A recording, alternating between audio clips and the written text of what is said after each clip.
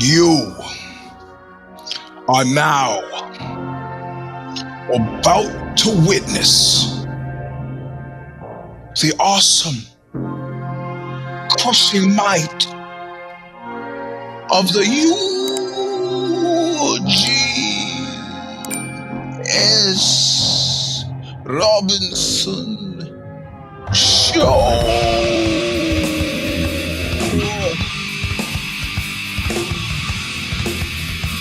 Stomper!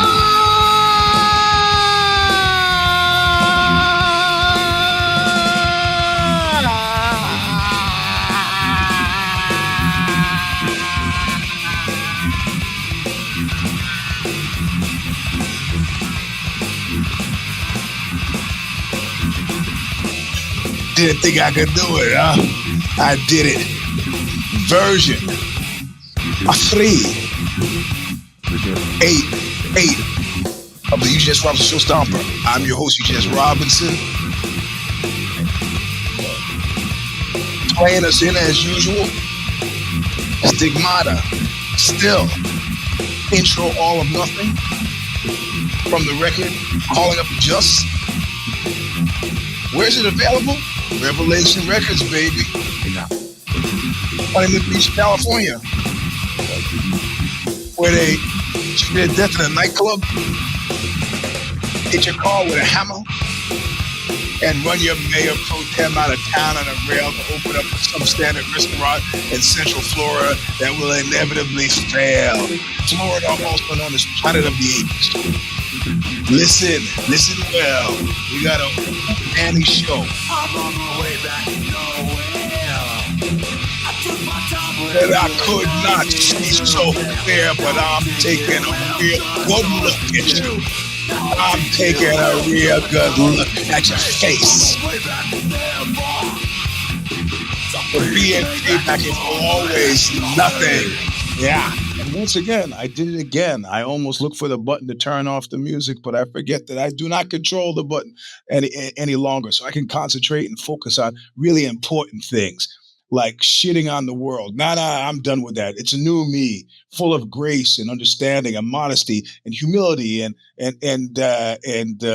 blessings and appreciation for my station and laugh again. At last, it's 72 hours. No, I'm kidding. I still feel pretty good about things. But as you may know, if you're paying attention to anything that we put out from last week, even that I got back from Germany.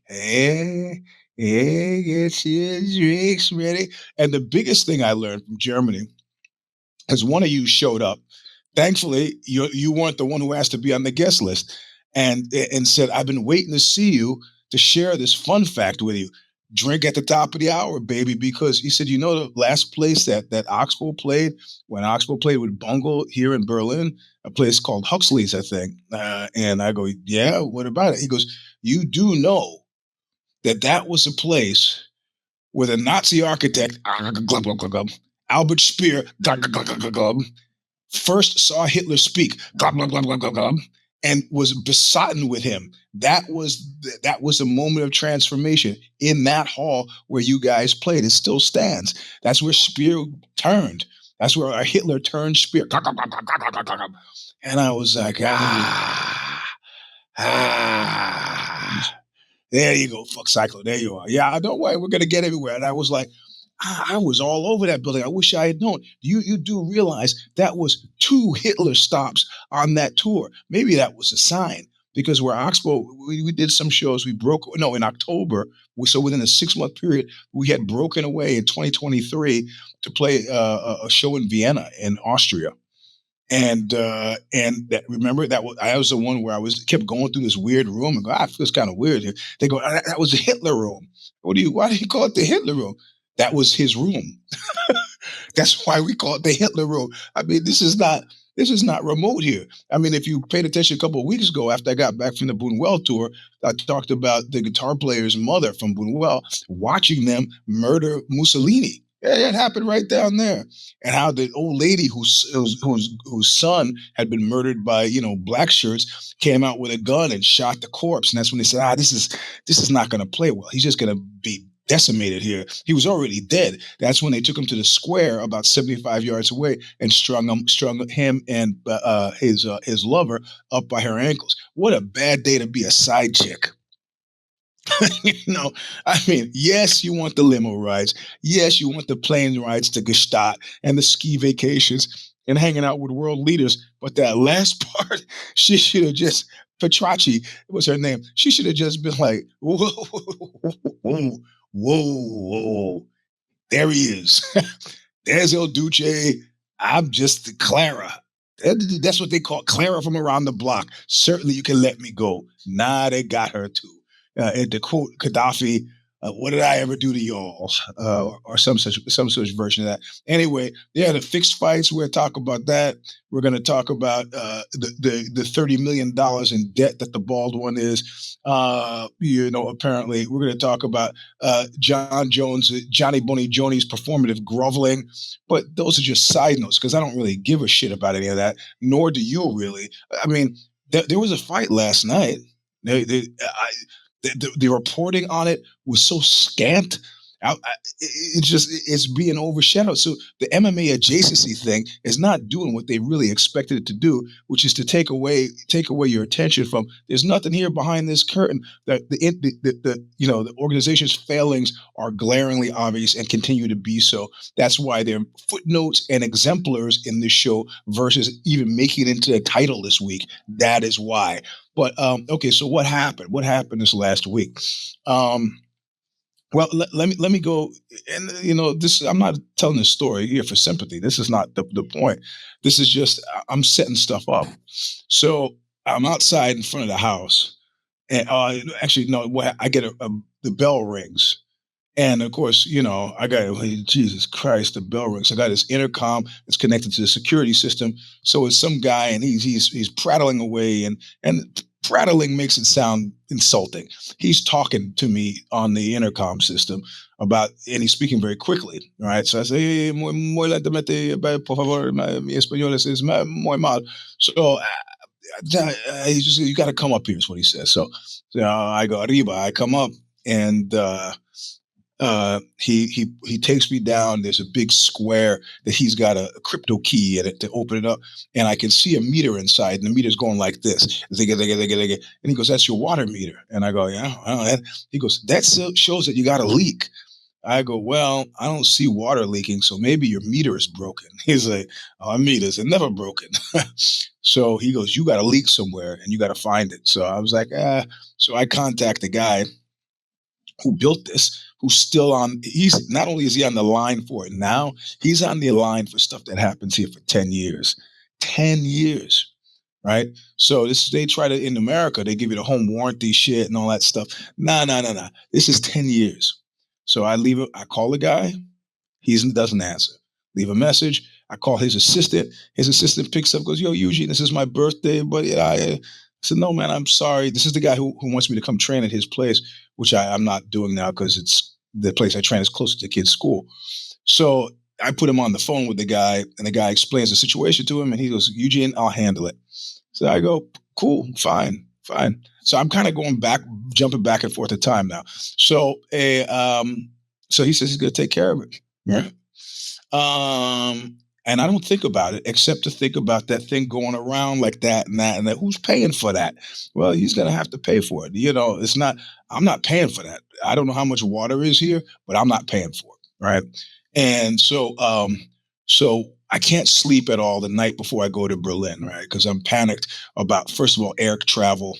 And this stuff is pretty close here, but it's not, what do they call it? Pond jumping, short flights, puddle jumping. It's not that short, right? It's like from here to Berlin, it's like 3.5 hours or 3 hours. And I don't want to miss, and it's the first fucking flight of the day. So I'm like up at 2:30 in the morning, like looking at my alarm. I sleep nothing. And can't sleep on planes because I'm tense about flying. So I get, boom, I drive the car. Because I have too many guys it's Bolt here. There's no Lyft, there's a Bolt to drive service. Too many people know. Every time the guy drops me off, he goes, "Oh, you live here?" I go, "No, I'm visiting." I want people to know where I'm living. So I drive, I get to the airport, get on the plane, and I make it to Berlin, and of course traffic jams around Berlin are fucking crazy. Why? We'll get into that later. How my grand conspiracy theory about how the world is conspiring to murder us all. Anyway, so I get to the hotel and I just start fucking messing around and doing this and that and getting involved with it. And then I say, oh my God, it's late. It's late now. I messed around so much. I'm not jet lagged because I'm in the same time zone. I watch a movie, real crappy movie. The Charlize Theron Old Guard 2, terrible. The Old Guard 1 was great. Old Guard 2, just terrible. Same people produced it. How could that happen? I pass out around 12:30, and I'm sleeping fitfully. And 3:30 in the morning, my phone goes off, and guess where all that water was going? Right over the kids' room. Right, the floor, the electricity, the kid falls, hits her head on the floor. There's some talk of going to the hospital. I just go, that's like a motherfucker. And so I call the guy, and I'm like, yeah, you got to go fix this. You will get to the hospital. You call, and then his assistant on calls, emails, put the lawyer in the mix. I'm like, so I don't get back to sleep, right? And then I can't sleep during the day because I'm not used to sleeping during the day, except for that siesta time, like at 1:30 after I train. I'm thinking maybe I should go find a place to train in Germany when I'm there. But I'm in this other group called Mangin or Mangine. And it has a show December 6th, which I completely forgot about.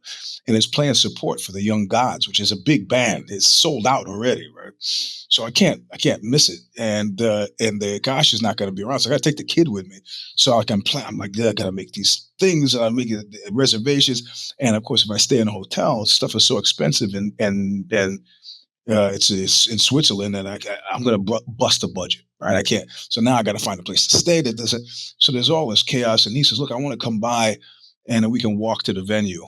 And no, he said, "I want to come by, but this hotel has great breakfast." I go nuts, pancakes, doing bacon. I mean, I'm just going crazy. And I feel disgusted with myself afterward. I said, "You know what? We're going to walk because I'm a tough guy." And we walked for 2 hours. 2 hours.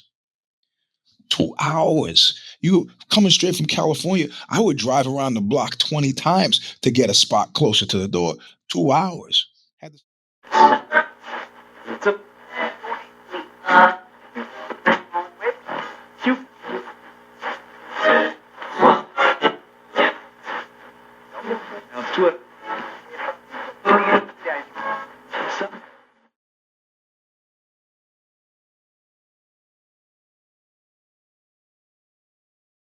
So anyway, so what is going on this week?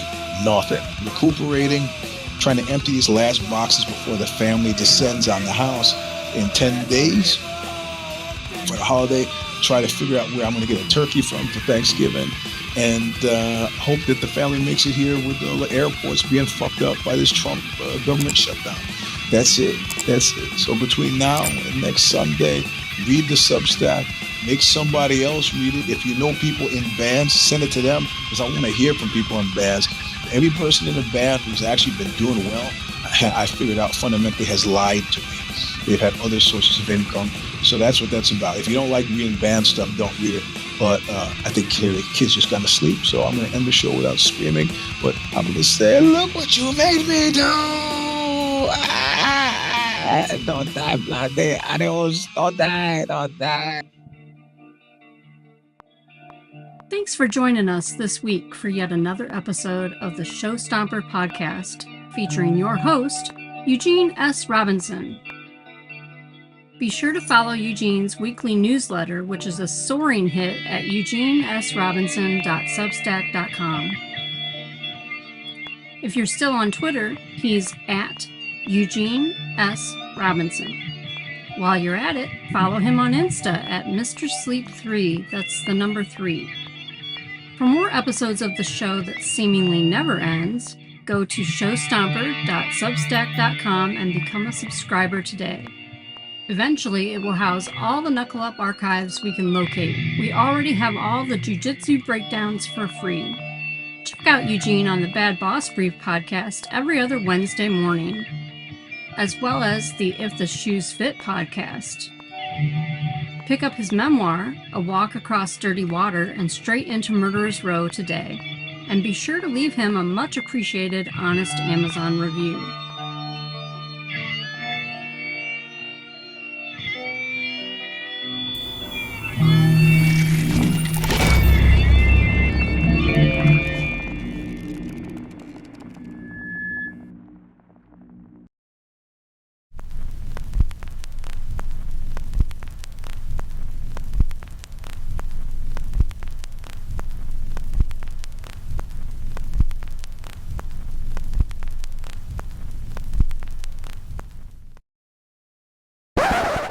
Hey, are you still there?